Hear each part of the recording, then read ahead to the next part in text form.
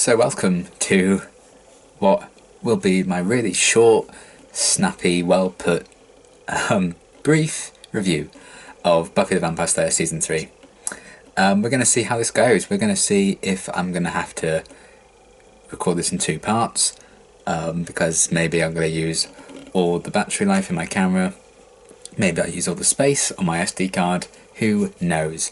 I mean, I have 4 hours on my SD card, so hopefully it won't be that excessive. But with my Season 2 review, we made it to an hour and a half, and I had 3 pages of notes for that review. I have 5 pages of notes for this season, so we're going to see how this goes, and I'm going to stop wasting time with this pointless intro. So yeah, this is my review of the 22 episodes that made up Buffy the Vampire Slayer Season 3, and this is going to be split up into 6 sections, kind of like I did with my Season 2 review, and I'm just going to check what those 6 things are now, because I'm not very well prepared. So it's going to start with my general thoughts on the season, and like opinions, discussion about what I thought of everything as a whole, before I get into more specific stuff later on. The second section is going to be revisiting the Season 3 predictions I made in my Season 2 review, and then we're going to do character studies, then talk about the themes, then talk about favourite episodes, both you guys and mine, because obviously I asked you guys to vote for your favourites a couple of weeks ago, so I've kind of calculated all of that and stuff. And then finally I'm going to do my predictions for next season. So yes, this is how it's going to work. Grab your popcorn, grab a drink. I have one because I know my voice is going to kill when I finished recording this, because it took me like 2 or 3 days to recover after I yapped on for Season 2. But there's so much to talk about, and I want to do it justice. I always work really, really hard on these reviews, and try and get to say as much as I want to say. I do feel like there's some things I've missed about this season, but I don't know. I've rewatched a few episodes, I've rewatched a few of my reactions, and mainly the after comments I made after my reactions, which is a feat for me because I hate watching myself back, just to pick up on any comments I may have made along the way, to help me. So yeah, I'm probably as well prepared as I can be for this, and I hope you guys are excited to see as we delve into Season 3, and what my thoughts are overall, because I've taken a lot of time to think about it. I've gone back and forth on so many different things. Working out my top 5 episodes was like the hardest thing I've ever had to do. So yeah, I'm just really, really excited to get into this review and talk about Season 3. So yeah, we're just going to start with my general thoughts and observations and discussion of the season. And yes, I am going to keep looking down because I have my book of notes right here. So I think overall, this was by far the most consistent season yet. I don't think there was a single episode that I would say, oh god, that was terrible, or like completely irredeemable. You know, I don't think there was a teacher's pet or reptile boy in this season. I think there were weaker episodes for sure, particularly in the first half of the season, but I think that's generally the case with most shows. I think the first half of the season generally have the weaker episodes, which definitely is reflected in what you guys voted for your favourite episodes, because for the most part you get the first half of the season out of the way very, very quickly, and they don't even scrape the top 10, with the few obvious exceptions, but that's for later on. But yeah, I think it was the most consistent season in terms of quality, and I will say, I think overall I preferred the story in Season 2, and I think the back half of Season 2 is my favourite run of Buffy still, in terms of the episodes. I think this is my favourite season so far because it's mostly consistent. And like I said, there wasn't any weak links, which I think Season 2 definitely had. And Season 2, you know, it was great, but it wasn't a perfect season. I think I say the same for this. I don't think I was quite as blown away by like the plot this season compared to last season, but I still found myself desperate to watch more, and I think it was consistently good, whereas Season 2 had its ups and downs, much like Season 1 did, just, you know, it was a lot more uneven. But I think overall, while I preferred the plot of Season 2, and the back half of Season 2 particularly was outstanding for me, even the more filler episodes, I think this is still my favourite season so far, just because it was so consistently good. One thing I will say in terms of structure that I think I would have liked to have seen was, in a similar way to how season 2 did it, episodes 9 and 10 we got a two-parter in What's My Line. I would have liked to have seen a kind of more well structured two-part story earlier on this season, because I think that would have helped to get the pace along a bit more, because I think the first bit of this season, I think, took a while to get going, and it wasn't really until Bad Girls came about we were like, okay, shit's going down, this is what this season's about. We had hints of it, and we had like things with the mayor in the background and stuff, but that's when the ball really got rolling in this season.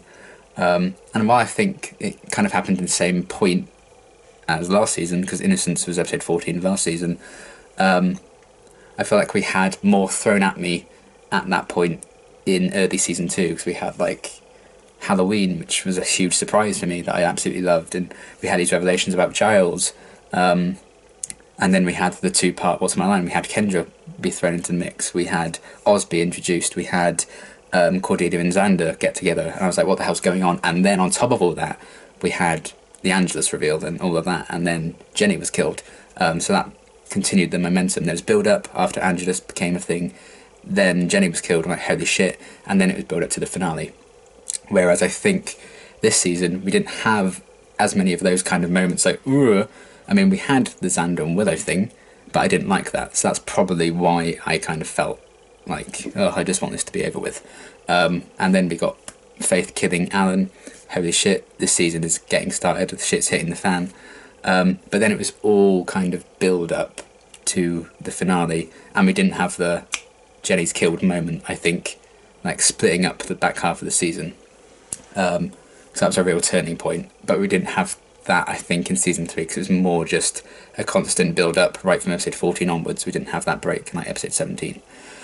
But I don't think that's a detriment per se, that's just a personal preference. I think I preferred the way season 2 was structured in that way. But again, like I said before, overall I think the general quality of this season is consistently good and overall better than the previous seasons. So yeah, I think it took a bit of time to gain momentum, and maybe having a two-parter quite early on in the season would have helped with that.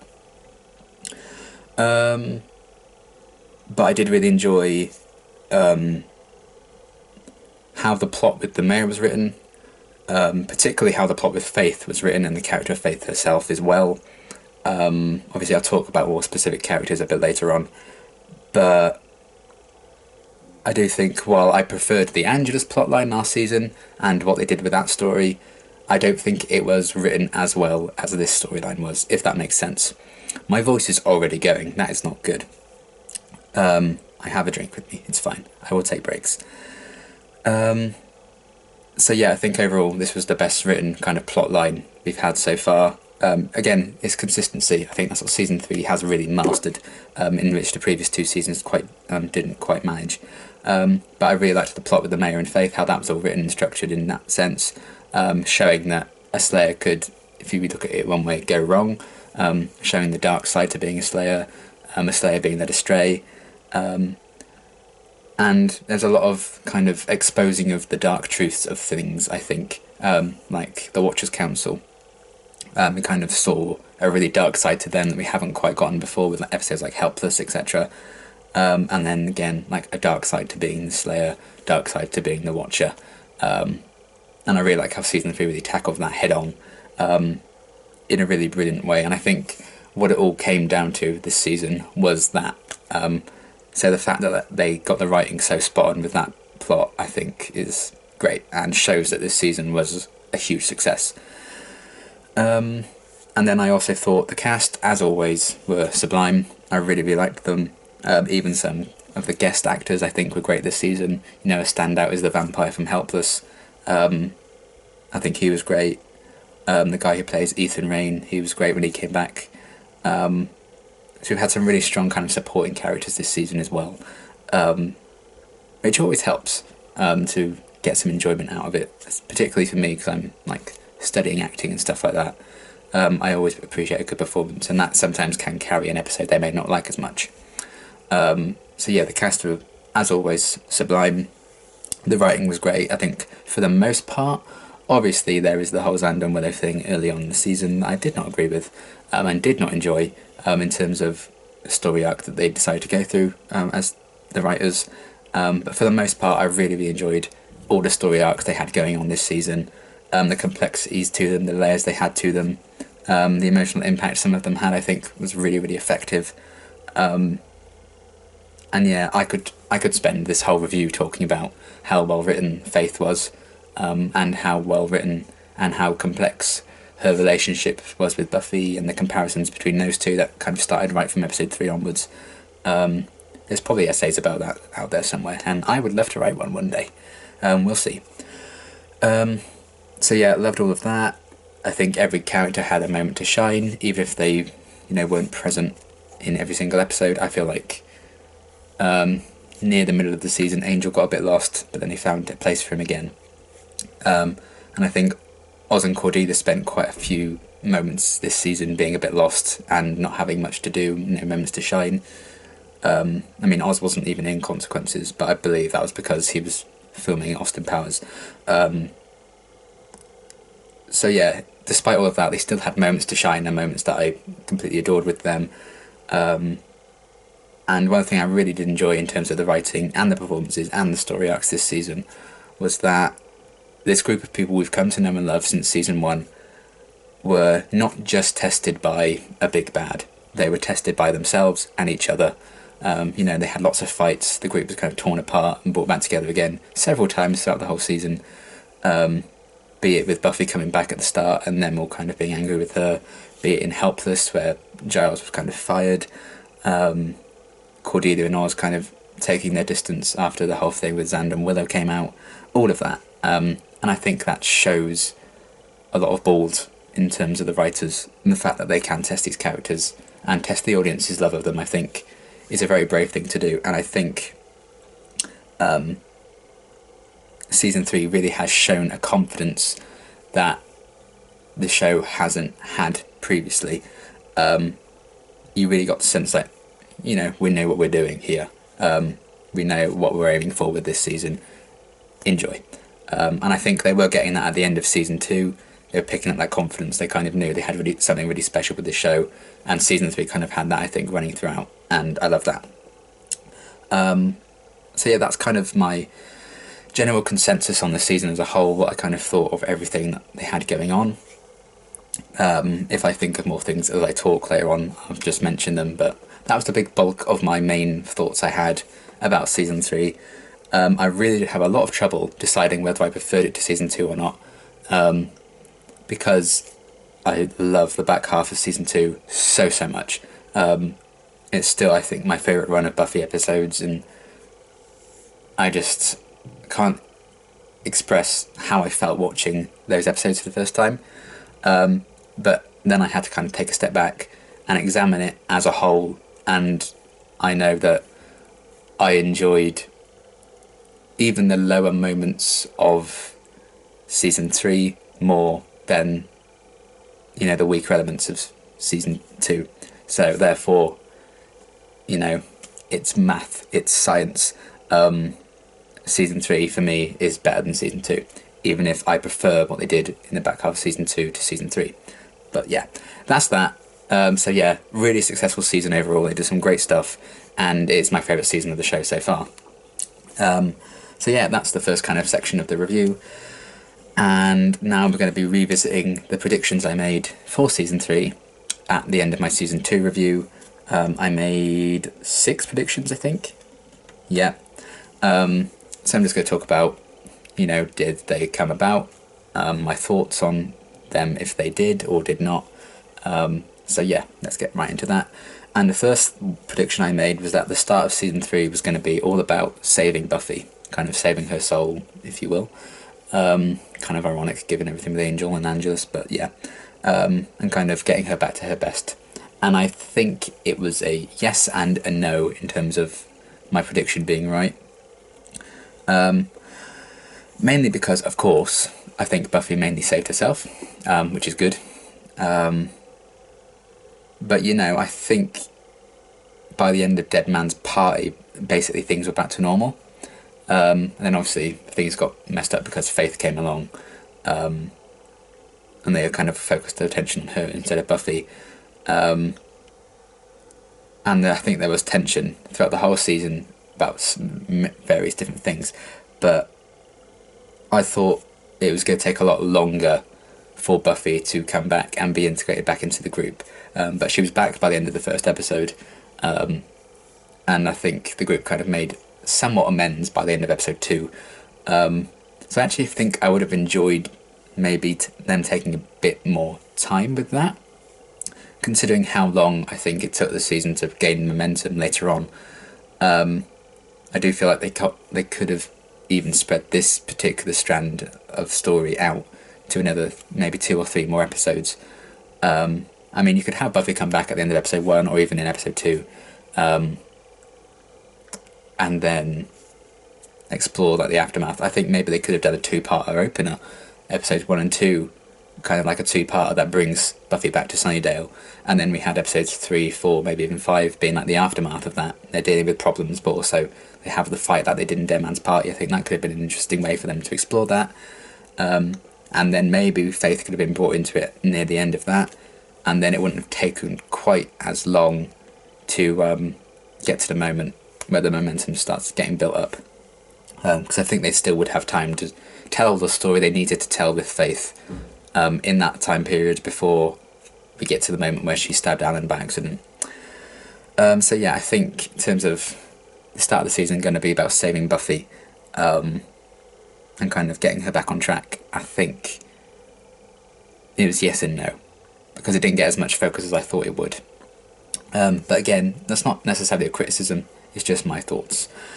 As all of this is, you know, I'm not saying anything as if this is fact.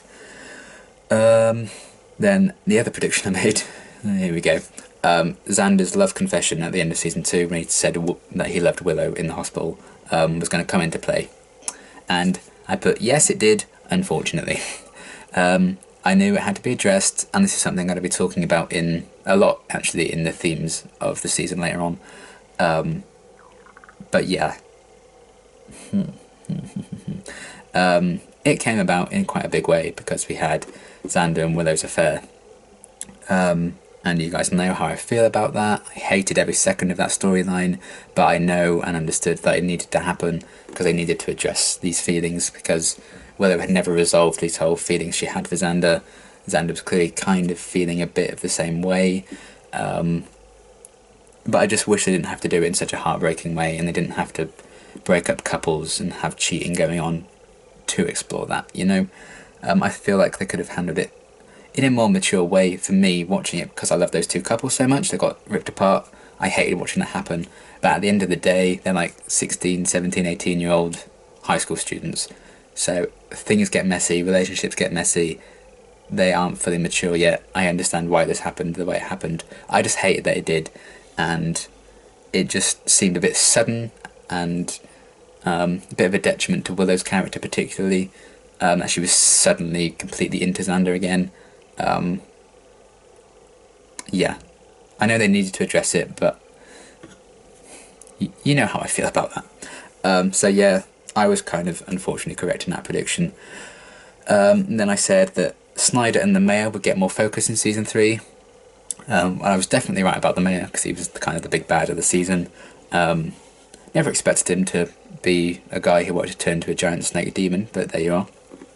I would have been, you know, I've been doing very well to have predicted that at the end of season 2. And then with Snyder, I would probably say not quite. I don't think he had quite the presence this season as he did last season and in season 1. But I don't know if that's just commitments to Star Trek, if that's still going at this point, I don't know. And yeah, we didn't see as much of Snyder as I thought we would. I thought his connection with the Mayor was going to go a lot deeper than it did, because Snyder seemed very, very aware that there was some weird shit going on in Sunnydale, so I thought it was going to be this big conspiracy thing, and he was really in league and really close with the Mayor, but that closeness wasn't exactly there, I don't think. At least not as much as I thought there would be. So he didn't get as much focus as I thought he would this season. But, you know, he had some funny moments, like in Band Candy, and, you know, he went out technically with a bang because he was inside of the giant snake when it exploded. So technically he went out with a bang. But yeah, it's another principal at Sunnydale High getting eaten alive. So that's not a good record, really. I would not accept a job at Sunnydale High as a principal, that's for sure, based on the previous two. But they have to rebuild Sunnydale High before they can hire a principal, I suppose. So yeah, that was how that kind of turned out. Then I also said that Angel would return about halfway through the season, potentially during a 2-part story. I was wrong. Angel returned a lot sooner than I thought he would, but I don't think that's a bad thing at all. You know, he was in, I think, every episode because Buffy was having like visions and stuff of him. But suddenly he was back, and then I really liked what they did with him in Beauty and the Beasts. They could have even explored that a bit more. Then people found out he was back a couple of episodes after that. Then he got a bit lost. Then they found him more of a role to do when he made him a bit more comedic.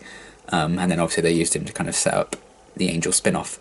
So I think actually it worked out quite well in the end, bringing him back as early as they did. But maybe if they had brought him back a bit later in the season, in like a 2-part story or something, I wouldn't have had to felt the need to say about halfway through the season, like, why the hell is Angel here? He's barely in any of the episodes, he doesn't really have a place anymore. I can see why he's getting his own show, because he'll have more potential there. So maybe if he came later on in the season, he returned, I wouldn't have had that issue. But I guess we'll never know, as Kate Winslet said in her song. So yeah. But overall I think it was pretty good that he came back as early as he did. And did we actually get an explanation? Because I heard some people say recently in like my recent comments that it was the first evil that brought him back, but I got the impression from amends and everything that they were just taking credit for it, because their plan wouldn't have made sense if they had really brought him back just to be okay with him killing himself. Maybe that's just a plot they didn't really think through, but I don't know. Let me know if that really is the explanation, but if it's not, then don't tell me what it is, because I'd like to find out on my own. So yeah, that was another prediction I had. Then also, I predicted that Spike and Drusilla would return later on in the season. And again, I was right about Spike, he came back, but he didn't stick around, which I was kind of sad about. But hopefully soon he'll stick around, because he's only in 1 episode this season. I was not expecting him to only be in 1 episode this season, and Drusilla didn't come back at all, so she was mentioned, but I kind of missed her weirdness. Spike, I want to play a game. I missed her, bless her. I mean, I shouldn't say bless her really, she's kind of sadistic, but there we are. So Spike, and I love him unconditionally, so there we are. But yeah, Drew did not come back, I was incorrect about that, but Spike did for 1 episode, and what an episode it was as well. I love seeing him again, can't wait for him to return at some point. I don't know when, I don't know how, but it's going to happen, and I'm excited for it. And then my final prediction was that Willow would continue to be a cinnamon roll, and I put a big capital Y for yes next to this note, because my god, she's come such a long way. Obviously she disappointed me early on in the season with the whole Xander thing, but she's still wholesome as fuck. I love her bravery, how brave she's become. I love her using like these witch powers, and her and Oz are just my cinnamon beans. And yeah, I just absolutely adore her so much. One of my favourite characters I think ever in anything I've watched, certainly in anything I've ever reacted to on this channel. She has my heart and I adore her, but that's hardly a surprise or secret to any of you watching this, because I imagine if you're watching my review of the season, you've probably seen some of my reactions, so you know. So yeah, those are my predictions that I made for season 3 at the end of season 2. So I didn't do too badly, I don't think. I think it's about a 50-50 split in terms of what I got right and what I didn't, which I don't think's bad. So yeah, that was my predictions, and next we're going to be talking about the characters. I'm going to be talking about like the main characters first, or like credited as main cast, and then I've made a whole list of like supporting characters. I'm not going to talk about absolutely everyone who was in the season because we'd be here for years, and I do not have the money to buy enough SD cards for years of room. So yeah, I've kind of had to pick and choose a few that I thought were worth mentioning. So yeah, I think it makes the most sense to start with Buffy since it's her show. And I really, really loved what they did with Buffy this season. I think they've tested her more than ever before in terms of making her worry about her future. She started the season alone and she had these really strained relationships with her family and friends. She had to work back at that. Angel came back and brought back all this trauma and all these old feelings again. She had to wrestle with how to handle that. Helpless, she went through a fuck ton. And, you know, she felt betrayed by Giles. And then, you know, everything with Faith was really complicated for her. I think she really compared herself to Faith a lot, and there's a lot of insecurity there. Some things she got right about that whole relationship, some things she definitely didn't.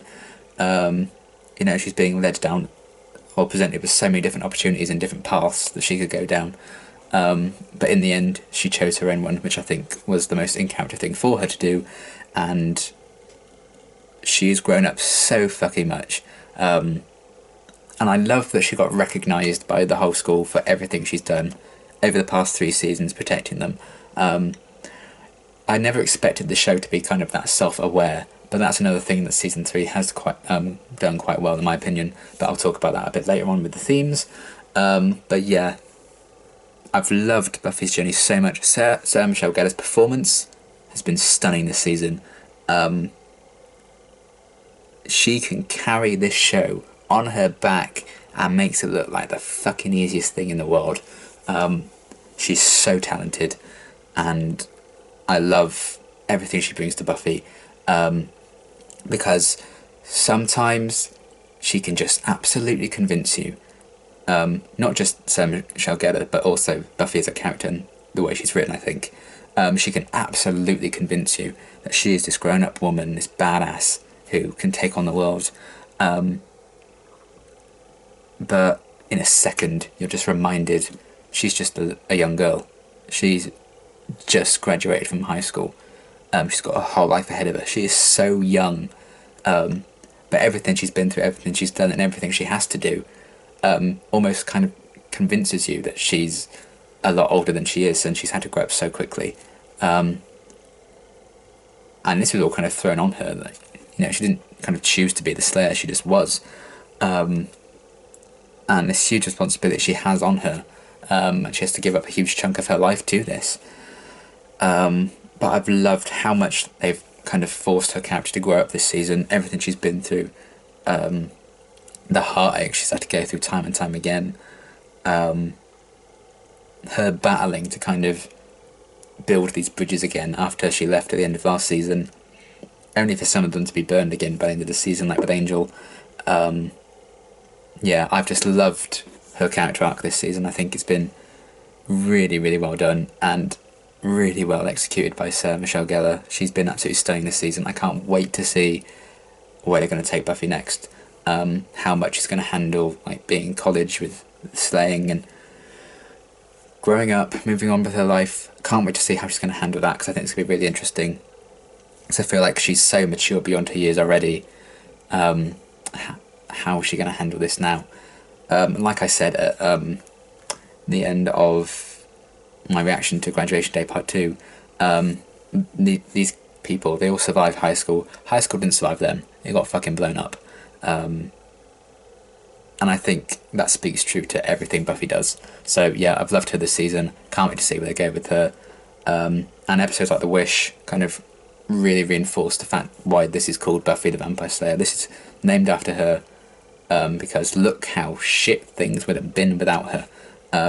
She was destined to be in Sunnydale, and I just really love what they've done with her character this season. Can't wait to see more. Then Xander. You guys know I have struggled with Xander a lot this season. A lot. Mainly in, like, I don't know, if we were to split the season into fifths, I'd say the second, third, and fourth kind of section of the season, I really struggled with Xander. Everything with Willow didn't help. But then when he refused to take the blame for it, and some of the things he's just come out with, and the attitude he's had, even now, after everything with Buffy and Angel, you know, the way he treated Cordelia after the breakup, he's flawed, but you can be a flawed character and not be a dick, whereas Xander has been a dick quite a lot this season. And I really struggled with that a lot. But then you have episodes like the Zeppo, where you find yourself really rooting for him. You have moments like when he helped finish pay for Cordelia's dress for prom, which I loved. I mean, I liked him at the start of the season, and I really liked him again at the end of the season. I thought he was great. And in Amends, when he helped Buffy out with everything with Angel, I think it was Amends, I really liked him in that episode, and I felt really sorry for him when he kind of slept outside on Christmas because his parents were arguing or something. So he is a good person deep down, and I do know that, but he was very, very flawed. So I appreciate the complexity of that, and the fact that he's very real, and he is the way a lot of guys are. But sometimes it was really hard for me to swallow that pill. But I feel like we've come out stronger together at the end of the season, because I don't know if I can see Xander get any lower than this. Because sometimes I just absolutely so irritated by him. But we got through that rough patch, and I really like him again now. So I'm excited to see what his future is going to hold, because I don't think he's going to college, so I'll be interested in seeing what he's going to do. And where his story's going to go, because I can't really predict that, I don't think. Is he going to get a job? If so, what's he going to do? I'd love to meet more of his family and see a lot more of the reasons why he is the way he is. I could kind of say that with most characters, honestly, but we met Willow's mum in Gingerbread this season, but I don't think we've been properly introduced to any of Xander's family, so I'd love to see that. So yeah, I struggled with him a lot this season, but overall I think he's somewhat redeemed himself at the end of the season, and I really like him. And deep down he is just very complex and a real person and a real character, so I need to appreciate that, above all else. And I love that we are presented with a character that can be hard to swallow sometimes. So yeah, I really can appreciate his arc now the season's over and the whole thing with Willow's over. And I think having an episode like the Zeppo really did help, because it just showed that he wasn't really useless. And I like that kind of arc for him, in the fact that his thing in the group is not having a thing. Because no, you don't need to have this thing. He saved everyone. He saved everyone's lives and never told anyone about it. And I think that shows a maturity to Xander that I'd love to see him embody full time. I don't think he's quite there yet, but again, he's just a young man just graduating high school. He's got the rest of his life to learn and mature and grow up. Because I think none of them are really at an age where they should stop growing up just yet, so I can kind of forgive stuff like that. But yeah, very interesting story for Xander this season. Looking forward to see where they go with him. I struggled a lot with him, but I think, we came out on the other side, and yeah, that's Xander. Now Willow. Oh. My cinnamon roll. Fucking adore her. My favourite character, still. That hasn't changed since the pilot. I just can't with her. She's so adorable in herself, with Oz, with Buffy. It's just, and she's really come into her own this season, I think, and really grown. And I think she's earned a lot of respect from people this season, like when Harmony got her to sign her yearbook. With Percy, taking on this kind of mentor and tutor role, like she kind of did near the end of last season when she kind of replaced Jenny after she died in terms of teaching. She's come so far in her education, and she's kind of worked out what she wanted to do with her life. She's going to college, and she's decided to stay in Sunnydale because she likes fighting evil and fighting the bad guys, like she told Buffy. And So I love that she kind of found that path. Yeah, her relationship with Oz is like the best thing that's ever happened to me. You know, her kind of learning more and more about, you know, being a witch and stuff like that. I love that storyline. I hope they continue to explore that. And I'd love to see her become like this really powerful badass. That'd be really great. Yeah, obviously we had that dip with the whole Xander thing. And I was very disappointed in her. But for the same reasons, they're very young. It's messy and it's also very real. And it's good that they're testing my love of my favourite character, I think.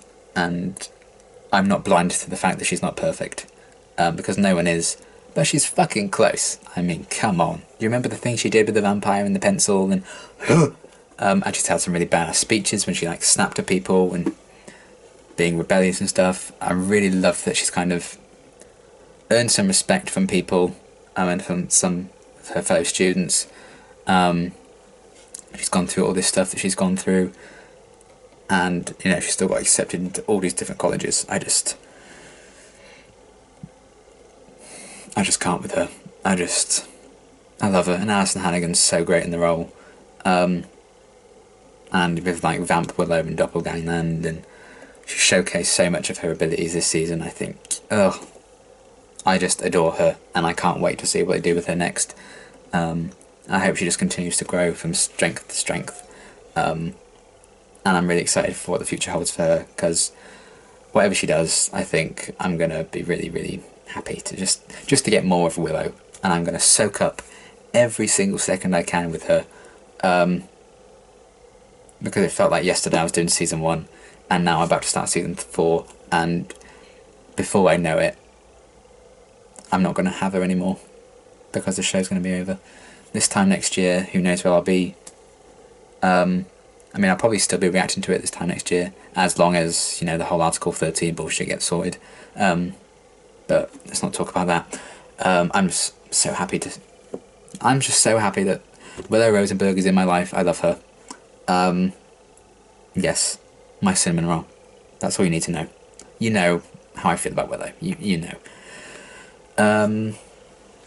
And then let's talk about Angel. Again, I've mentioned already, I struggled near the middle of the season to see what the point was of him being in the show. I could see why he was getting his own spin-off. And he was barely appearing in the episode, and it's like, what's the point of him? You know, he's here to be Buffy's love interest and nothing else. So I'm really excited to see where they take his character in Angel when I start that show. Because I think it's a great thing that he's getting his own show, because they can really explore that character and all he's worth. I'd say we can get more flashbacks into him, but then I'd see the Irish accent, and I'm not sure I want to hear that ever again in my entire life. But yeah, I really enjoyed, for the most part, you know, Angel's arc this season. Him coming back and kind of going through 100 years of torture or something in hell, and him trying to find himself and get back to normal. Really loved that. Then he got kind of a bit lost and muddled and everything. Then they started making him a bit more comedic and giving him loads of comedic moments. Like when he told everyone, you know, Willow's dead, she's a vampire. Oh, hi, Willow. That was hilarious. When he like walked into the door, really funny. And he's just they gave him a lot more comedy in the second half of the season, and I think that really suited him. And I don't know if that's going to be something that is going to be a thing in Angel as well. I hope it is, because I really like that aspect of his character. I think it made him a lot more interesting and fleshed out, gave him another layer. Because I think Angelus is more interesting and more fun to watch than Angel is, but the fact that they've made Angel a bit more comedic this season, I enjoy watching Angel a lot more. And David Boreanaz's performance is just getting better and better. You know, he's fantastic in Amends. That was a stunning episode, and it was, you know, kind of a semi-pilot, I think, for Angel. And I loved it, which gives me great hope for Angel the series. Sad how things ended with him and Buffy, of course. But I like that he kind of took that decision to kind of remove himself. I loved that goodbye that he got. I don't know if we'll see him again on Buffy. I imagine we will at some point. But I'm really looking forward to seeing what the future holds for him. And aside from him getting kind of lost in the middle of the season, I've really loved kind of what they did with him, and him kind of tackling this guilt he was feeling about what he did as Angelus, trying to get reacquainted with all the Scoobies, and then that kind of falling apart again near the end of the season, so he removes himself and goes, because it's what's for the best. So, very brave of him, very mature of him to do that. And of course he's mature, he's fucking centuries old, but you know what I mean. Looking forward to seeing where his storyline's going to go in Angel. But I think he's had a really successful arc in Buffy. Both in season 1, yeah. But he had a great arc in season 2 with Angelus and everything. And I think he had a great arc overall for this season. And yeah, David's performance is just getting better and better. Can't wait to see where he goes next. So Angel, great. Giles, I really like that he was tested more so the second half of the season, I'd say. I don't think he's had as many standout moments this season as he had in previous ones. But obviously Helpless was a big turning point. Band Candy was funny as well, seeing him kind of be more comedic in that. But Helpless, seeing him kind of go against the Council's wishes for the most part. See him truly tested as the Watcher, I think, for the first time. And then him losing that position, how that affected his life and his relationships with everyone. Actually not as much as I thought it would. That's kind of one thing about the season. I thought there'd be more of an impact to Helpless going forward. But by the next episode, I think Buffy and Giles' relationship wasn't too bad, and I think they made amends very quickly. And I thought they could explore that kind of separation between them a bit more. And basically nothing changed in Giles' role in things, even when Wesley came along. He still took charge, and part of me kind of likes that, but I also think it's kind of a missed opportunity to really explore more about Giles and his personal life outside of everything else. And I wish we kind of had an episode like, what does Giles do now he's not the Watcher? What does he do with his time? So I wish they kind of explored that a bit more, and not just had everything with him and Buffy be fine for the most part. And because him losing his job didn't really change anything in the grand scheme of things. All they did was bring it along another new character. It didn't change Giles much. So I think his arc maybe could have been a bit better handled this season. But again, the performance was fantastic as always. Some really funny moments. Him and Wesley were comedy gold. I loved him. And both of them together. And yeah, I just really enjoyed what they potentially could have, they could have explored it more, but what they did do with Giles, I really enjoyed this season. So I'm looking forward to seeing what's going to happen next, particularly because his job got blown up. And I assume all his books and shit got blown up, unless he moved them all out of the library before the explosion. So yeah, what's he going to do now for a job and helping fight the fight? Because, he's removed himself from the Watcher's Council just as Buffy has. I love how they both kind of have removed themselves from that. So yeah, I'm looking forward to seeing where that's going to go with him next season. Then Cordelia, again, I feel like she was really underutilised this season. And yes, it has happened. I love Cordelia Chase. I adore her. She deserves the world. I felt so bad for her so many points this season. I wish her and Xander could have worked things out, but that was not meant to be. Still don't know how I feel about her and Wesley. That felt kind of weird to me. But it gave her some screen time, so I have to appreciate that. But yeah, after her breakup with Xander, she was kind of lost, barely in any of the episodes. She wasn't interacting with anyone, and therefore we couldn't really give her more of a story arc, and we couldn't explore her character much more. So that was really sad, because I think Charisma's performance is always great, and she's really funny. And she can break your heart as well, like that fake out in Lover's Walk. Man. So I wish they did more with her this season. But they gave her kind of a bit of a story near the end of the season with the whole her family's gone broke, she doesn't have anywhere to live kind of thing. So it was nice that they teased her with that story then, but I think that was kind of too little too late in the end. But still, she was always a fun presence to have. I just wish they kind of gave her more of an arc. But, I think the fact that I've been craving more of her shows how far I've come with that character and how much I love her now. The eye rolls I give her now are out of love and classic Cordy. So yeah, I love that I love her now. And I just wish she had a bit more to do overall this season. But in terms of how the story played out, she couldn't really do a lot, which is kind of sad. But yeah, I'm looking forward to seeing where she goes next. And Oz, kind of a similar thing. I think obviously he had his moments to shine, like Nobody's Business, like when Willow got kidnapped and they were like, he just said nothing and just destroyed that thing so they'd be forced to go and just save her. He had great moments like that, and obviously him and Willow were just but yeah, just he kind of fell through the cracks a bit in a similar way to Cordelia. He didn't get a lot to do for the most part, but he always had a wisecracked joke that I really appreciated, and the pairing of him and Xander worked really well this season for me. I really enjoyed that when they gave them stories together. And I'm looking forward to seeing what's going to happen next with him. What's the future going to hold for him? And I absolutely adore him and Willow together, obviously.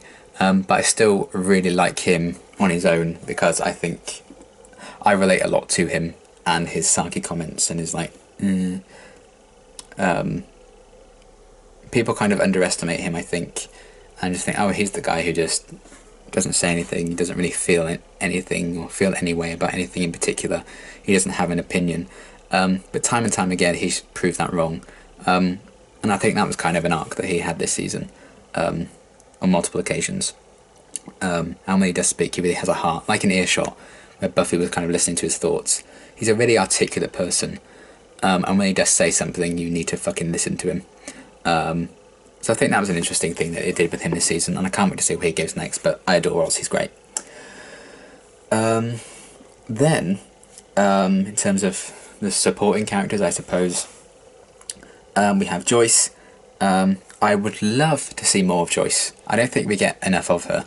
I loved the position she was in at the start of the season, you know, missing Buffy, kind of angry at Giles about things. But then she became kind of very supportive of Buffy in all her endeavours and all the slaying and everything. Then obviously Gingerbread was kind of a big turning point for that, but that all got sorted out. But it was nice that that episode kind of really focused on her in a way I don't think they ever have before. So I really appreciated that. I think, you know, she's learning to become a better mother more and more, and I really appreciate that. I think she's wholesome. I love how near the start of the season she was really caring for Faith as well. I love her relationship with Spike in that one episode. I think that's iconic and I want to see more of that. I think she's just a really down-to-earth, caring person and really real. And I love that she's learned to support Buffy and was eager to learn more about that Slayer life that her daughter has. And, you know, she'd give the world for her daughter. And I love that about her. And yeah, I just really hope we see a lot more of her in the future. Because I just think there's a lot of potential with her. I don't know, I just feel like they could explore a lot more of her, maybe her past and stuff, because she can be really funny, but she can also break your heart. But I love her arc of kind of really accepting who her daughter is and what she has to do, and kind of taking a step back and kind of letting it happen, because it's probably what's for the best, not just for Buffy, but for the whole of Sunnydale. And near the end of the season, I think it was Graduation Day Part 1, Buffy was kind of telling Joyce to leave and say, you know, I need to stay, I need to save the world and I need to save the town and stuff. It was kind of a direct parallel, I think, to the end of Season 2, where Joyce found out who Buffy was. And we saw Joyce kind of take it a lot better this time around. So it shows how far she's come, shows her development. So yeah, I love Joyce. I want to see more of her. Snyder, grumpy as always. He didn't really have an arc, I don't think, but I don't think he needed to. He provided humour and levity when it was needed, so he's good in that sense. And yeah, he's a goner. He got eaten by a giant snake, and then the giant snake got blown up. But I suppose, as sad as I am that he probably won't be around anymore, I still understand that going forward he probably wouldn't have had much of a role anyway, because high school's over. What could he possibly do? So I understand that. I see why he probably had to go, really. But I grew to kind of enjoy having him around, and I kind of like the comedy he kind of brought to things and the serious nature of everything. So while I kind of wish we saw a bit more of him this season, I think he played the part he needed to really, really well. Then another one I thought I should mention was Anya.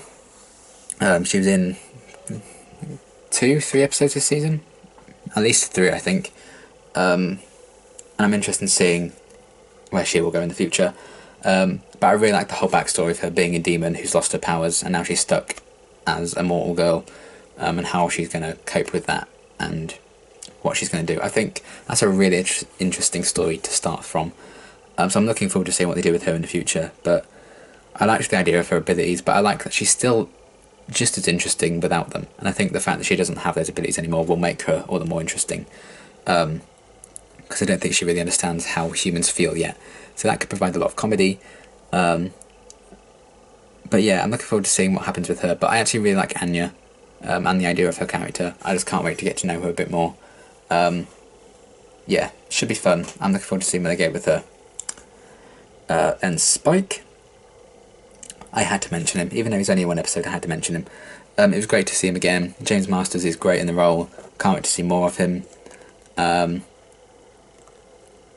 loved that he turned up, kind of just dropped this bombshell on Buffy and Angel with that speech he gave about love and everything. Very truthful, and I think it really affected Buffy and Angel, and things were never the same after that. Then he fucked off to kind of torture Drusilla and kind of win her back. Whether or not he did, we'll have to find out. But yeah, I really enjoyed his all too brief presence, and I can't wait for him to come back and see where the hell they're going to take him. I know he becomes a love interest at some point for Buffy. Don't know when, don't know how, don't know how long for. But I'm excited to see him again, whenever that may be. And I hope he is in the next season for more than just an episode. Then Mr. Trick. I really liked K. Todd Freeman's performance. And I like how much they explored with him in this first few episodes. But then they kind of forgot he was there. And I think he was kind of a wasted opportunity in the end. And I am sad that he was just killed and his character didn't really go anywhere in the end. I don't think they really knew what to do with him, so they just killed him in the end. And then Faith kind of took that place for the rest of the season. So I think there was potential there for a really interesting character, and they did have that going for a couple of episodes, but then they kind of just lost their way with that character, which is kind of sad, because I liked the performance and everything. But that's how it was. So yeah, I think it was more wasted opportunity than anything else with Mr. Trick. They really missed the trick with that one. So yeah, that was him. I just thought I'd mention that because he played sort of a role, and I liked him at first, but I wish they kind of found more to do with him before they killed him. And then Ethan, he was in Band Candy. It was nice to see him again. It's always good when they bring back old characters, I think. Just provides that continuity and really makes this world feel real, because, you know, of course you see these same people again every now and then. So I don't know if we'll ever see him again, but it was cool that he was kind of brought back into things. I wasn't really expecting it, but that was cool, because it was a reminder of who Giles used to be, which I really liked. So yeah, will we see him again? I do not know, but it was cool to have him in this season. And I think also for the first time this season really utilised the fellow students well in terms of that supporting cast. Like, we had Scott, was like a very brief boyfriend.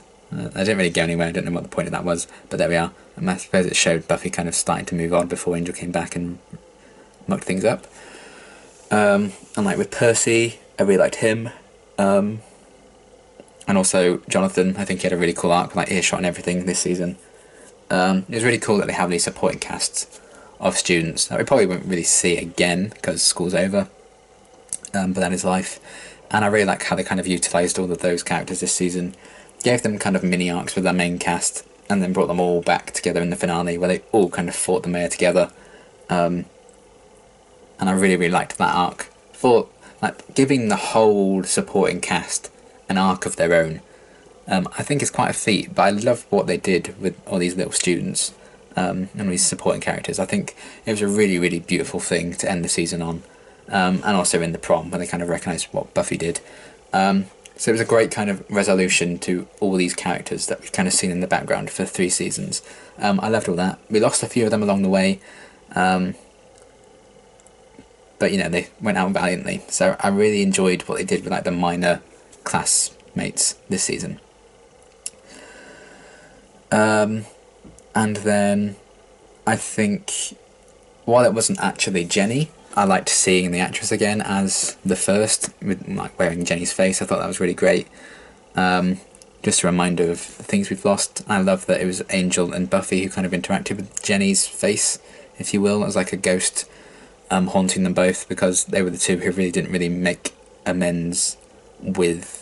amends, that was the episode she was in, with Jenny before she died. I mean, Angel was the one who killed her, and I don't think Buffy and Jenny really made up in a way like she and Giles did. So I love seeing her again, and it was great briefly seeing Amy, and seeing that she's kind of still a witch, but she's kind of a rat now, isn't she? So, oh well, poor Amy. But again, the continuity of bringing back these lesser characters I really enjoy, so maybe she'll get turned back one day, I don't know, but that's a potential story. But I liked seeing her again and the role she played in Gingerbread. I thought that was really cool, how they addressed like the whole witch thing with Willow, and then it made sense for Amy to be there too. And then also Alan, I like what he represented, because we owe a lot of this season to Alan, because his death is what kick-started the back half of the season and really got things going.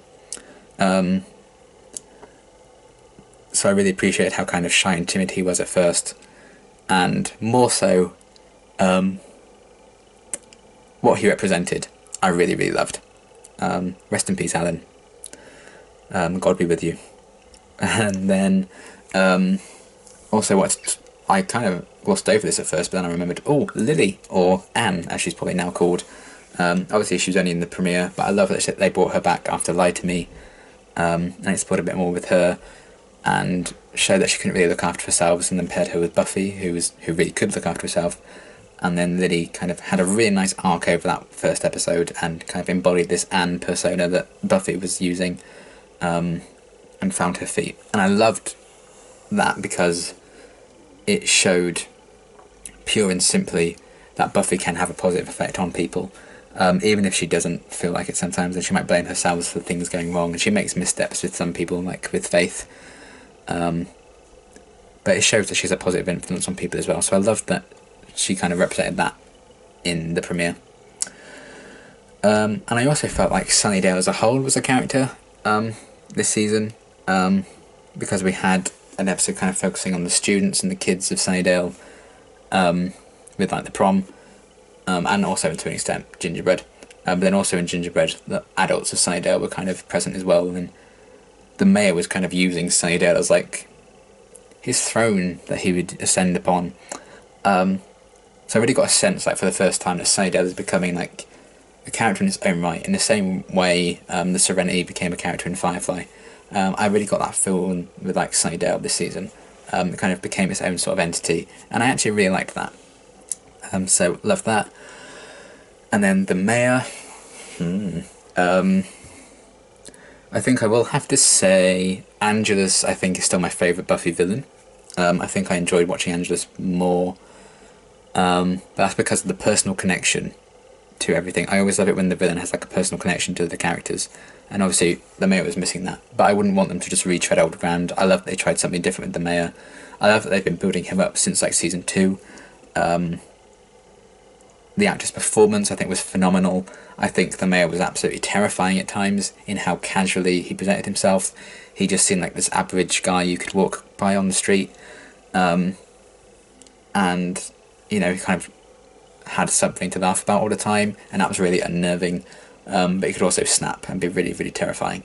He had a lot of layers to him, and he didn't really become like a proper villain that I was kind of noticing and, you know, wary of, until near the end of the season, because he was very sporadically used, I think, at the start of the season.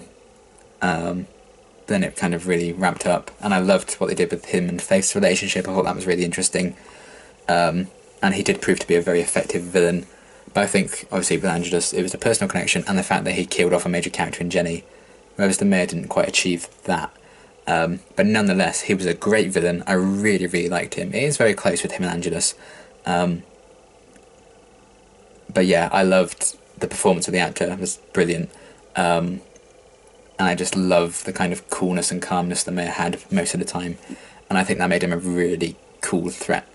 And the fact that technically his plan did succeed for a little while. He did ascend after all.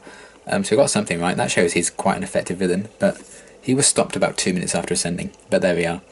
I really liked him as the villain this season. I thought he was great. Something very different from Angelus and the Master, which I really appreciated. So yeah, I'm looking forward to seeing where they take the big bad next season. But the mayor was great. I really enjoyed him. I loved how they humanised him with Faith.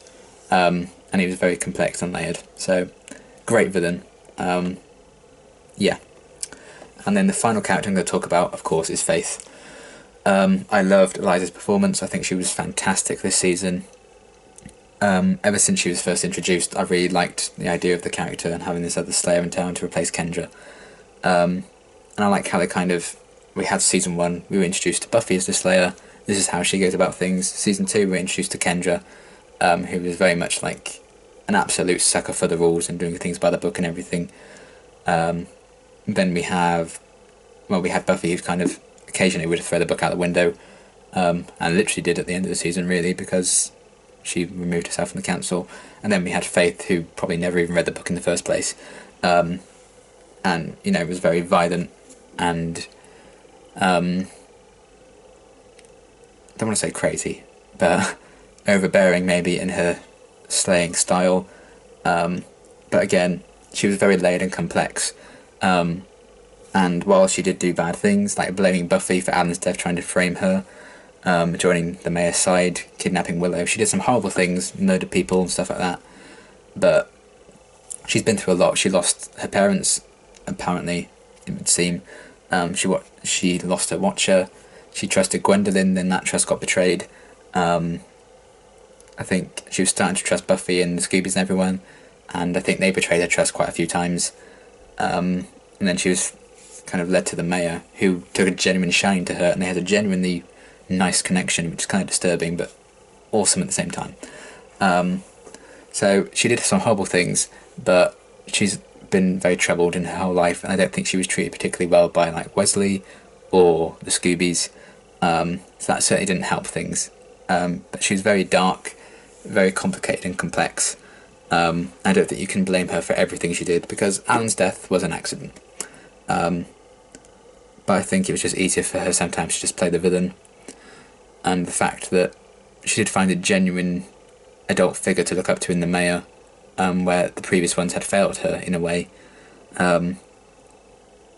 It's not necessarily her fault. And she's not dead. I thought she'd probably be killed by the end of the season, but she's not. She's alive, she's in a coma. Hopefully she'll come back soon, because I'd love to see where her and Buffy would stand now, because the relationship of those two is very complex. But yeah, I loved how well written Faith was. So many layers to her. Her relationship with Buffy and the comparisons between the two of them was greatly done. And yeah, just how she interacted with everyone. I think how she was kind of let down and led down a dark path. Very interesting, because she was a villain, but it wasn't completely her fault. So I loved the complexity to her character. Probably one of my favourite things about season 3 was Faith's introduction and her whole kind of story arc. I loved it, and hopefully we'll see more of her soon. So yeah, those are some of the themes I had. And not the themes, that's what's coming next. Those are some of the characters I want to speak about. Now we go on to the themes, but before I do that, I'm going to have a drink, because my throat's killing me, but I want to do this in one take, and one take only. So yeah, themes. I was thinking long and hard about all of these, and you're going to have to bear with me on this, because I came up with 7. I am really overthinking this, aren't I? 7 themes. I mean, some of them I think are very simple, and yeah, I had quite a few for last season, but I really like delving into the themes of seasons and shows and stuff, and I think Buffy has a lot to kind of digest and think about. And I don't think some of them technically count as themes, it's just things they explored that I noticed and picked up on. And one thing I really did pick up on in quite a few reactions, I even mentioned it, was the theme of being your own worst enemy, which came up quite a lot. I think I haven't written down like every single example I could think of because we would be here forever.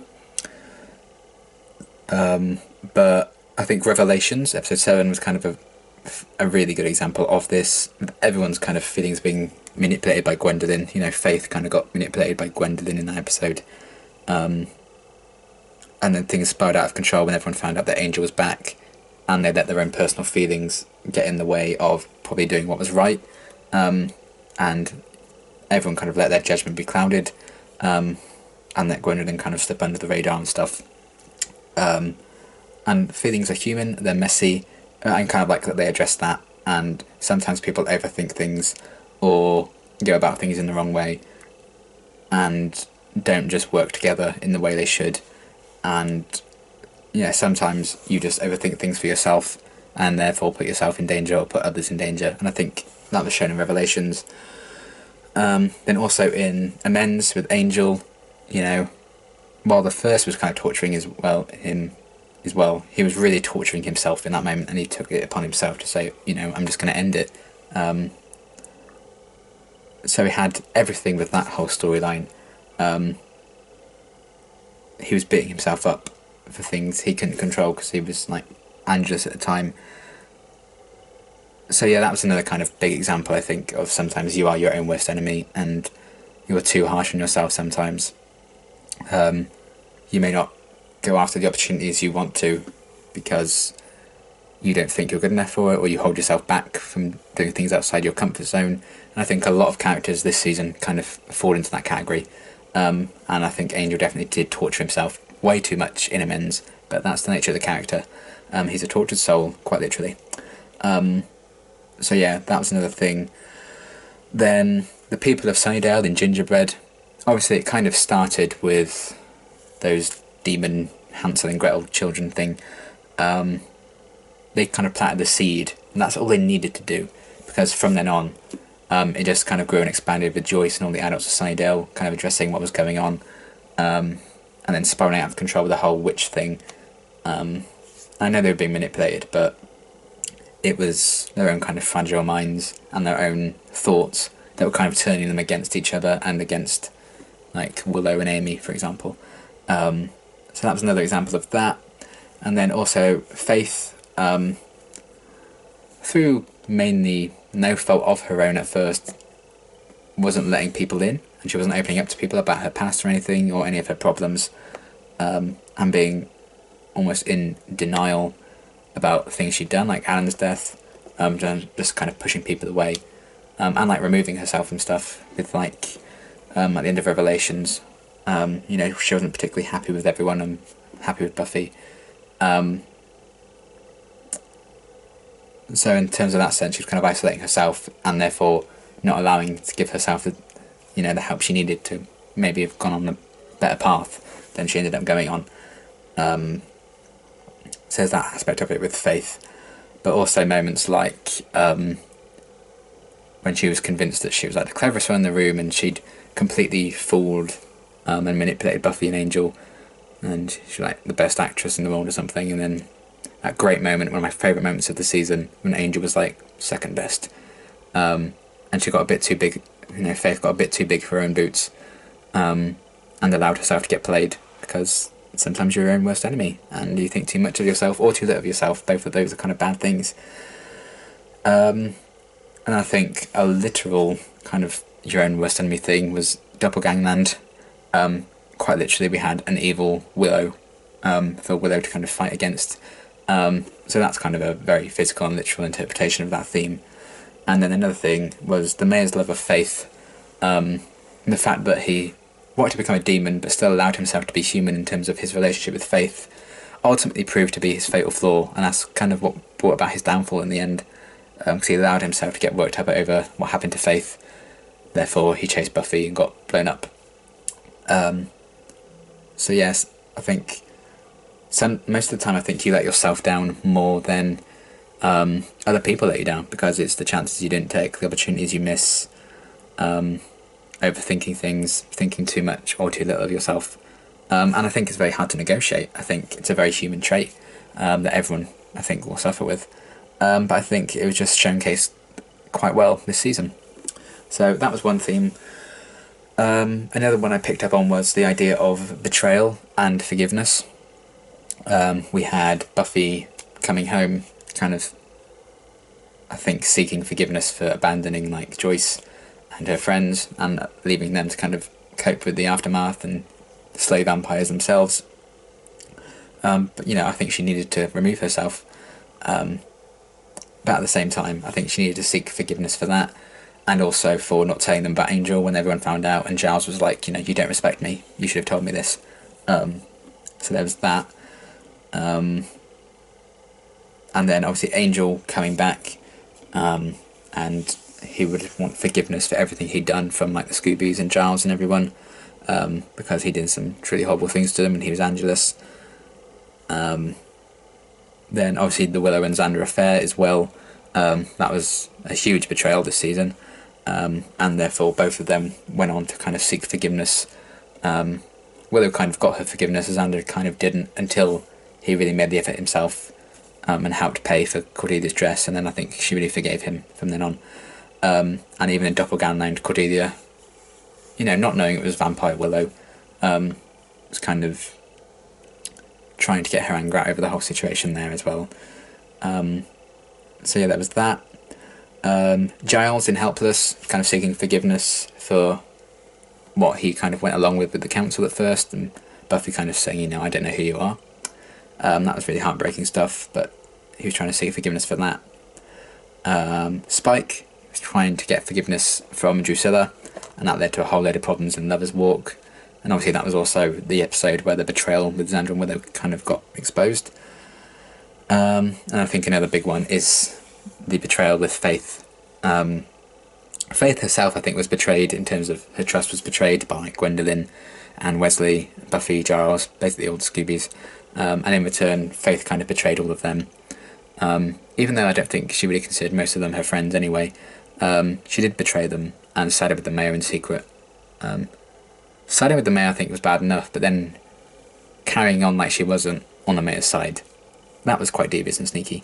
So that was a huge betrayal that kind of drove the second half of the season.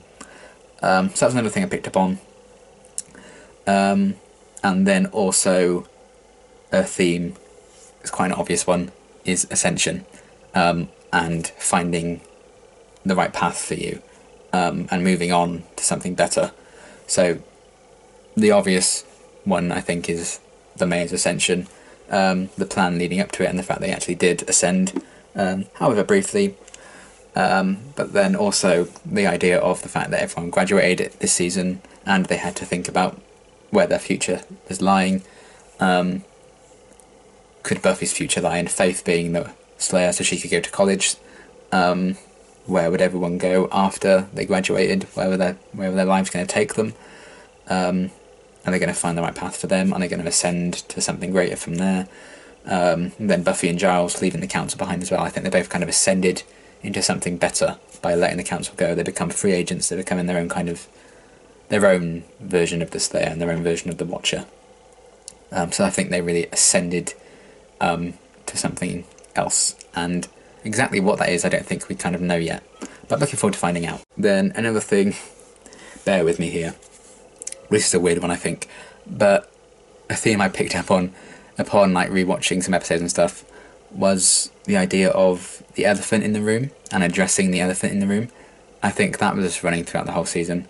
I mean, we'd had hints of the mayor in season 2. That was finally addressed. Everyone in earshot, Buffy kind of saw all these secrets kind of exposed, and they had to address all of that. Angel and Giles, I think, was a thing for quite a while.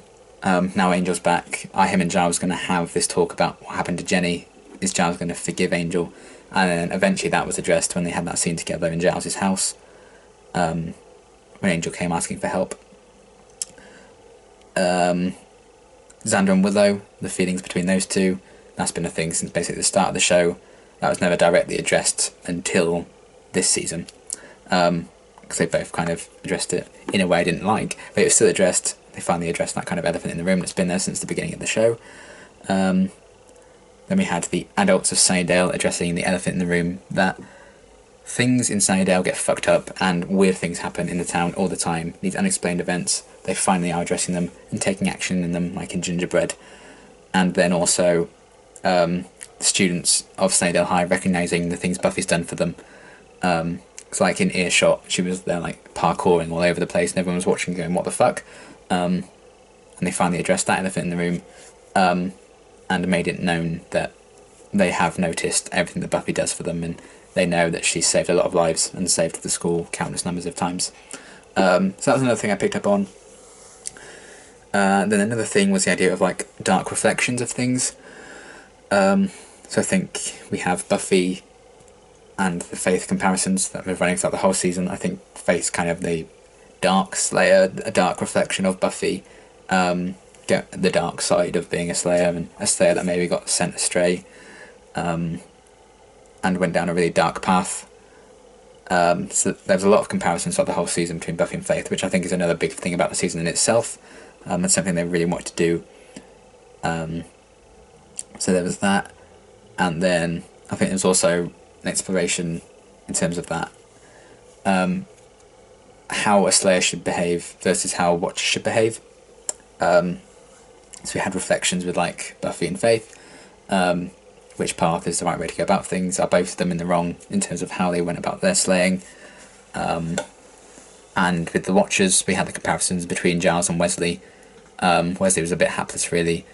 Giles didn't do what the Council wanted him to do, but I think he was still the better Watcher, so there was lots to explore kind of there. Was Buffy being led astray near the end of the season anyway, when she like stabbed Faith and everything,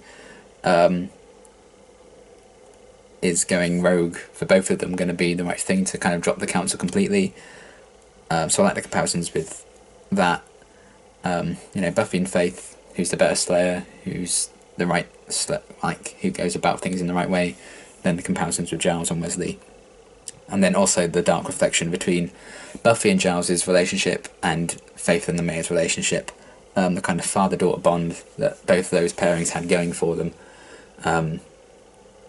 Both kind of wholesome in disturbing ways, but I think Buffy and Giles kind of faced more problems overall than Faith and the Mayor did, which kind of is quite surprising really.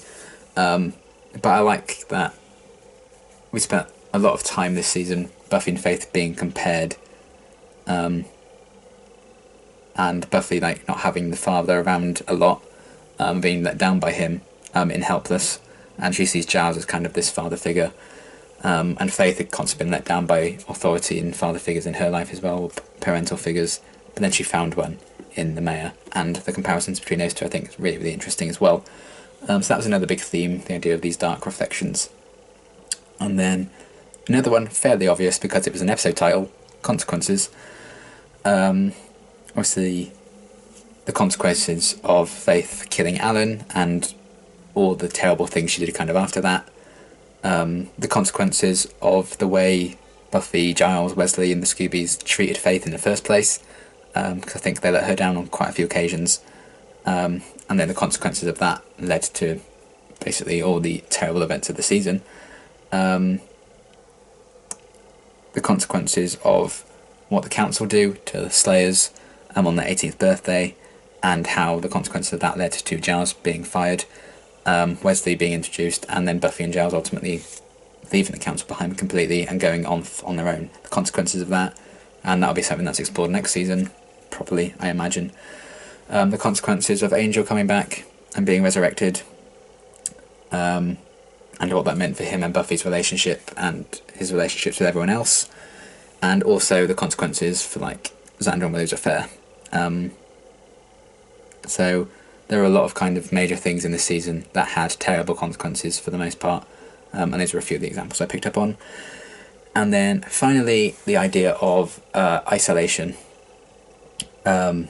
which I kind of forgotten about really until I started doing some rewatches of my reactions and stuff, because I pointed out, I think near like episode 3 of the season, that Buffy had been isolated in every single episode thus far. In Anne, she was, in a different place on her own. In Dead Man's Party, she was back, but everyone was kind of blanking her and ignoring her a bit because they didn't really know how to cope with her being back and how to address that. Then in Faith, Hope and Trick, Faith was in town, everyone's focus was kind of on her, and Buffy was feeling left out again, and feeling compared to Faith. So there was that kind of isolation with her. Then also Faith herself was kind of isolated because a few of you made some really good points in the comments about how, why the hell was Faith allowed to just live on her own in that really crappy apartment. And that was something the mayor actually fixed for her and actually looked after in that aspect. And they never seemed to really check up on her in her apartment apart from Buffy. So they kind of let her down in that sense, and Faith was very isolated on her own in that place. And then she kind of isolated herself from the Scoobies after Revelations, and then again when she kind of started leaning towards the mayor's side. Angel was kind of isolated at first when he first came back. No one knew he was back, except for Buffy. Then he was kind of isolated in his own mind in Amends, and then he's isolated himself again at the end of the season by removing himself and leaving Sunnydale. So that was that. Giles was kind of isolated from the Watchers Council, and he always had been. We've seen a lot of kind of ideas that they didn't particularly like him anyway, because they held these meetings and these trips, and he was never invited to them. And then he was truly isolated when he was fired. And then he took it upon himself to really cut all ties with the council completely and go rogue with Buffy. And then another example of isolation I found was Cordelia. After everything with Xander and Willow came out, she kind of isolated herself from the group. And briefly kind of tried to get back with the group of girlfriends she had before, but they were still kind of mean to her, as we saw in the Wish and everything. And she isolated herself by making this wish, had this whole world built around her, which she was then killed in. But she spent a lot of the season just kind of floating, not really hanging out with any group of people in particular. Then slowly working her way back slightly into the Scoobies near the end. But she spent a lot of the season on her own and isolated. So I thought that was an interesting thing for that theme as well. So yeah, those were kind of a few of the themes I'd picked up on this season. And they're not all the examples I had for all of them. I had quite a few. But those were just kind of the more poignant and interesting ones I wanted to talk about, really. But yeah, let me know what themes you kind of have for season 3, because obviously I think everyone picks up on different things.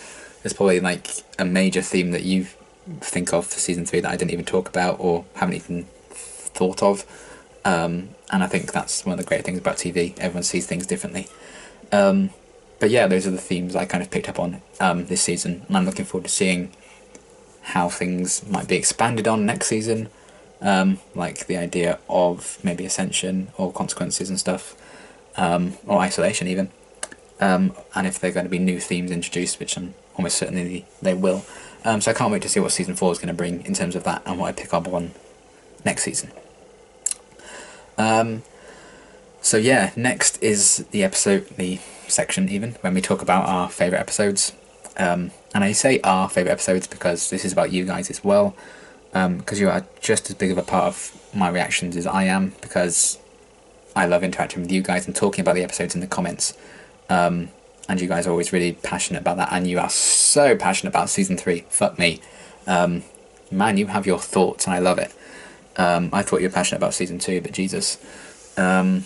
And obviously I think since I started season 2 and since I started season 3, the community's gotten a lot bigger. Because when I asked you guys to vote for your favourite 3 episodes of season 2, I think I got 40-50 comments on that post. For this one I got about 130. So that shows kind of how much the community has grown from season to season, which is great. And thank you for everyone who kind of made your comments and voted for your favourite episodes on that post. It took me a while to go through them all, but I really, really found it quite interesting, because with season 2, a lot of episodes didn't get any votes at all, and you guys kind of came up with a top 10 episodes anyway, because some episodes got the same amount of votes, so they were kind of all put in the same category. And there were a good 7 or 8 episodes I think that didn't get a single vote, so I could just cast them out straight away. Season 3, there's only one episode that didn't get a vote, just one. So it ended up being like a top 18 when I ranked all the episodes together. Because, yeah, there was one episode that got no votes whatsoever, 4 episodes got 1 vote, and then the rest kind of got votes on their own accord. So there are 22 episodes got narrowed down to 18. So I think the fact that only one episode didn't get a single vote as someone's favourite or top 3 episode of the season shows the quality of season 3 and how great most of the episodes are. And I think it's also interesting comparing my top 5 to your guys' top 5. Because there is a few differences. Last season, I think I had the same top 5 as you guys, but in like a different order. But I think in mine, I have a different episode in mind to your guys' top. But yeah, should we just go right from the bottom and go up? Because obviously we have a top 10 that I'll discuss and stuff. But yeah, in 18th place, with no votes whatsoever, is Beauty and the Beasts. So that's your guys' least favourite episode for season 3. Which personally I wouldn't agree with because I really liked that episode, but that's what makes this interesting to talk about. Then kind of joint 17th. These all got 1 vote. That's Dead Man's Party, Faith, Hope and Trick, Homecoming and Revelations. So I think it's very interesting that already we've gotten most of the first half of the season out of the way. So I thought that was quite interesting. Then in 16th place with 2 votes was Gingerbread. And then I thought this bit particularly is very interesting. 15th place to 12th place I think is very interesting. Because I would actually kind of group all these episodes together because I think they're quite similar. So 15th with 4 votes was Choices, 14th with 5 votes was Enemies, 13th with 8 votes was Consequences, and 12th with 9 votes was Bad Girls. And this poll, aside from quite a big gap actually between first and second place, a lot of them are just by 1 or 2 votes, and that could have changed the order completely. So it was really, really close. And again, that just speaks to the quality of season 3. So yeah, we had Choices, Enemies, Consequences, and Bad Girls kind of all grouped together there. And I think they're kind of all kind of interesting, similar kind of episodes that I think they're mainly Faith-centric, and a lot of it is exploring Faith's actions and her being kind of a villain. So I thought that was interesting that they all ended up being grouped together. And then just missing out on the top 10 with 11 votes was Anne, the season premiere. And then your top 10 that you guys voted for, at 10 with 14 votes was The Zeppo. At 9 with 16 votes was Earshot. At 8 with 24 votes was Band Candy. At 7 with 26 votes was Helpless. At 6th with 27 votes, so just 1 vote between this and Helpless, was The Prom. And then your top 5, at 5th was Graduation Day Part 1 with 38 votes. 4th was Lover's Walk with 41 votes. 3rd with 43 votes was Graduation Day Part 2. 2nd place was The Wish with 49 votes. And then absolutely crushing the poll with a 20 vote lead with 69 votes. Your favourite episode, as you guys all voted for, was Doppelgangland. So a very interesting kind of list there. I think nearer the top is basically the same as mine for the most part. But I think maybe the second half of those episodes I might have switched up quite a bit. But I found it very interesting kind of counting all this up. I think Earshot did a lot better than I thought it would. I can't believe I got the top 10. I thought like Enemies and Bad Girls maybe would do a bit better. I kind of knew that it was either going to be The Wish or Doppelgangland that was going to win. I didn't think it was going to be by quite such a margin. I thought it was going to be a lot closer between those 2 episodes, but there you go. They're still the top 2.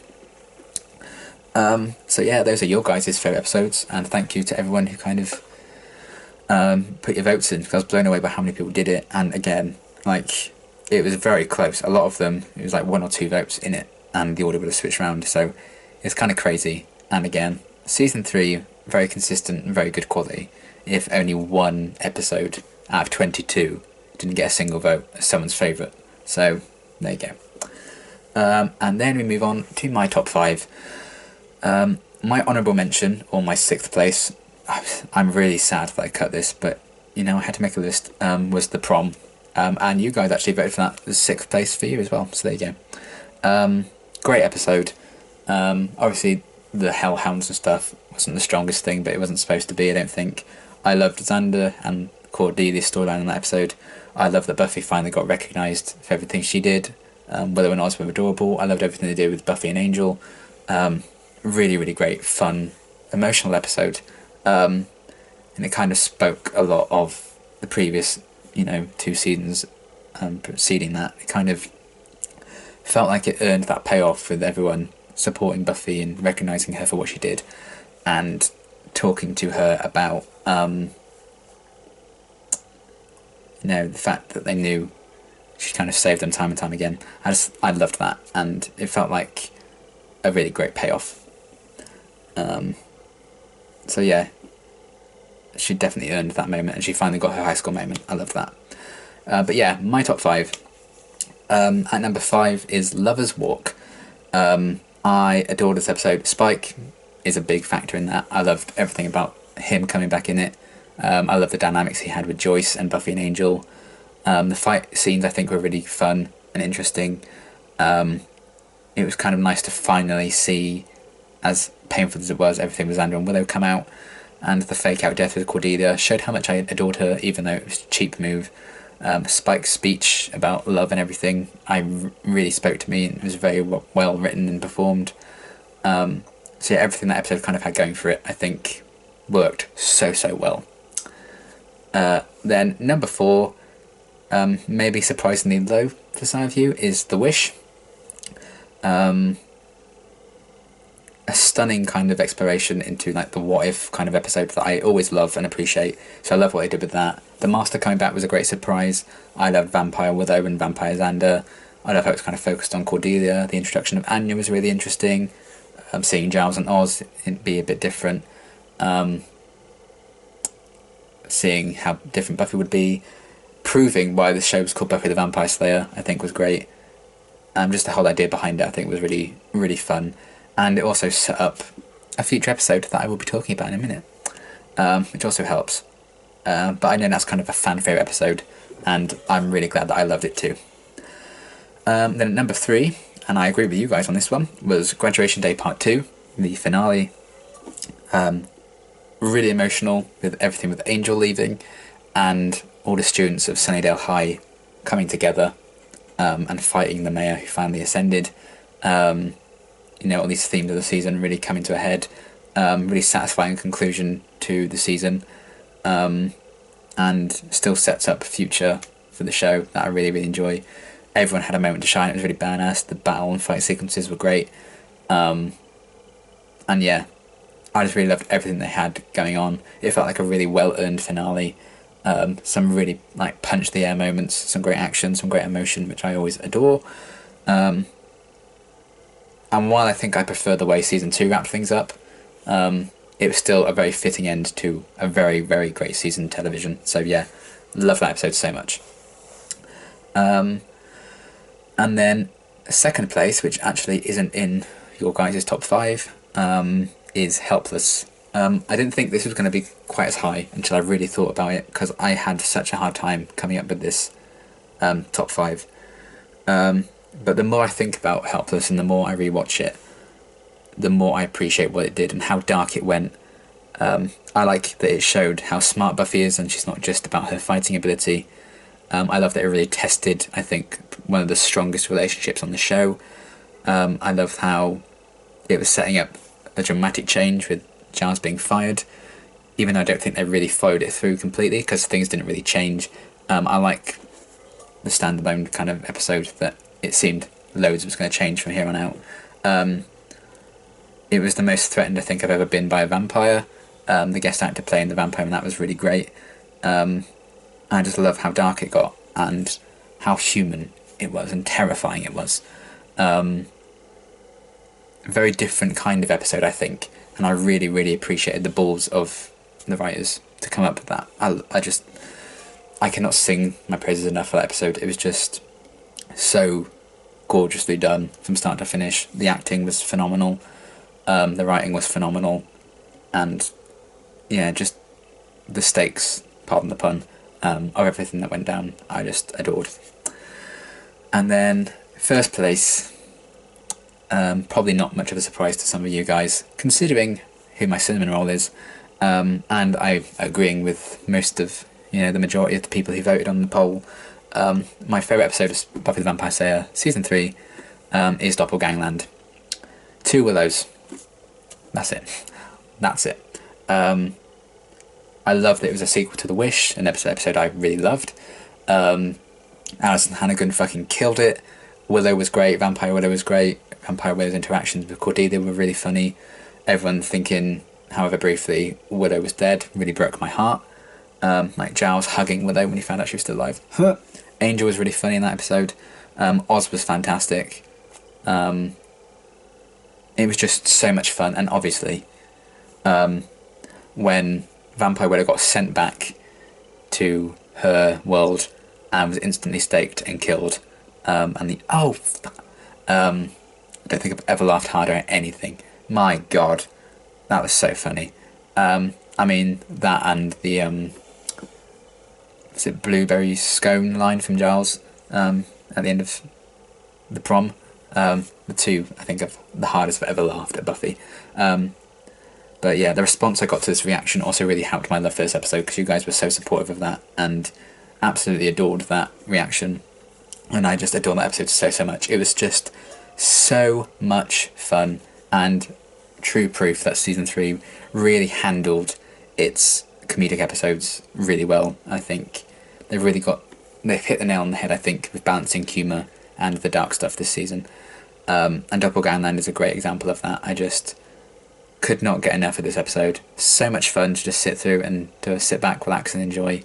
Great performances, great writing, and just fucking hilarious, with some moments of emotion sprinkled in that I really loved. So yeah, Doppelgangland is my favourite episode of Buffy the Vampire Slayer Season 3. Loved it. And again, I think this list is very changeable depending on how I'm feeling, but right now those would be my top 5, and they're very similar to your guys' opinion as well. So yeah, those are my top 5 episodes of Season 3. Really great stuff. There have been some phenomenal episodes in Season 3, and I've had an absolute blast watching this season with you guys.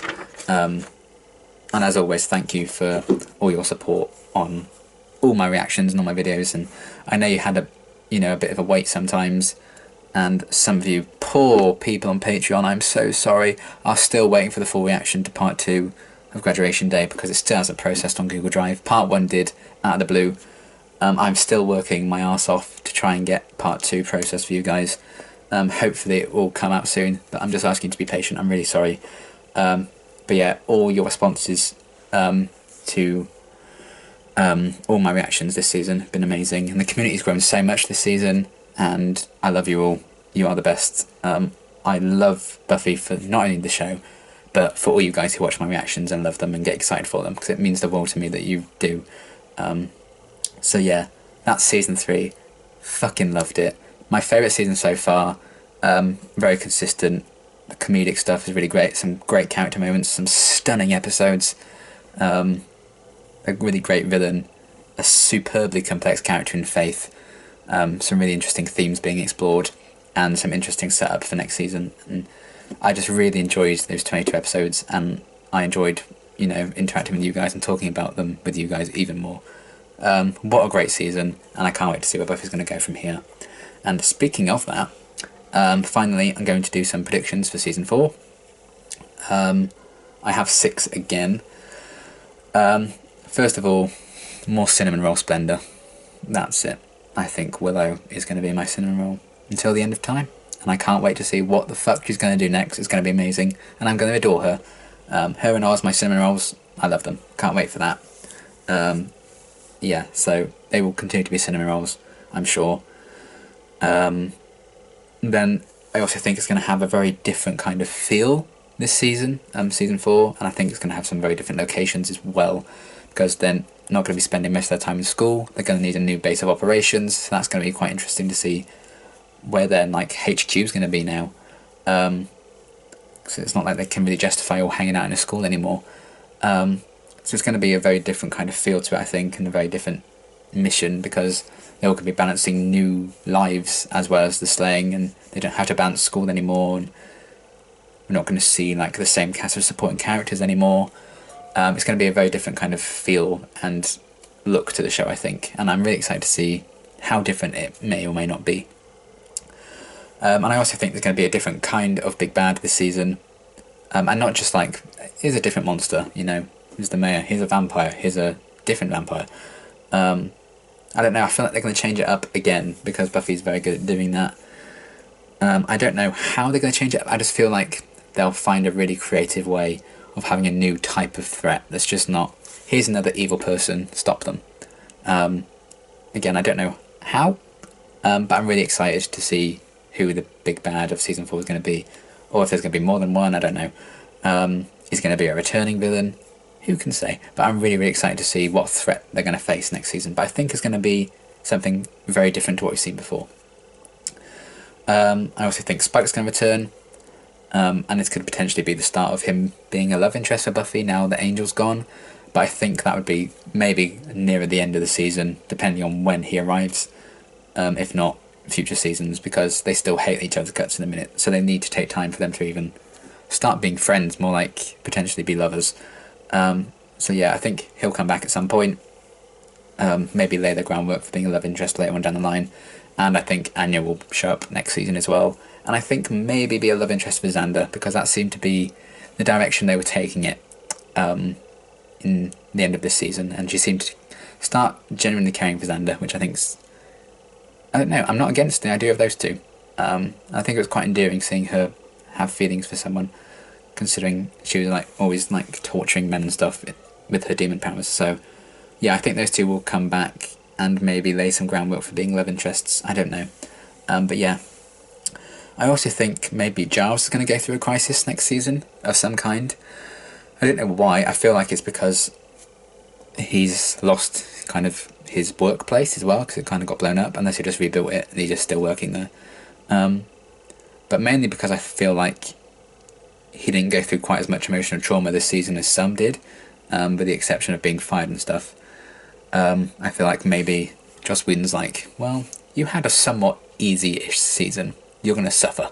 And maybe because he doesn't really have a direction to go in without Sunnydale High, and without being able to maybe see everyone all the time because they're going to be off at college or work or whatever. Maybe he's going to have a crisis of, what do I do with my life next? Where do I go from here? What kind of person am I going to be when I'm not a watcher full time, or I'm not with the council? So that should be interesting to see what they do with that. I could be completely wrong and he's going to have the best season ever, but we'll see. And then finally, I think we're going to see a more relaxed Buffy. Well, one or two things, I think. I think now Buffy is free from the council and being held down by that, and being tortured by them, almost used and abused by them.